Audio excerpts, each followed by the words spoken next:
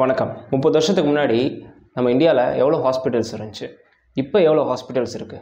30 வருஷத்துக்கு முன்னாடி உடலில் எவ்வளோ பிரச்சனைகள் இருந்துச்சு, இப்போ எவ்வளோ பிரச்சனைகள் இருக்குது?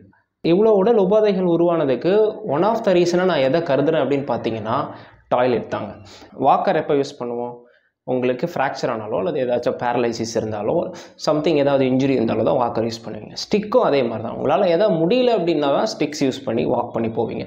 அந்த மாதிரி முடியாதவங்களுக்கு உருவாக்கப்பட்டது தான் வெஸ்டர்ன் டாய்லெட். முட்டியை மடக்கி பட்டை உட்கார வச்சு ஸ்குவாட் பண்ணி உட்காரத்துக்கு கஷ்டப்படுறவங்களுக்கு தான் வெஸ்டர்ன் டாய்லெட்டை உருவாக்குனாங்களே தவிர எல்லாம் முடிஞ்சு எல்லா எபிலிட்டிஸும் இருக்கக்கூடியவங்களுக்காக உருவாக்கப்படலை வெஸ்டர்ன் டாய்லெட் ஆரம்ப காலத்தில்.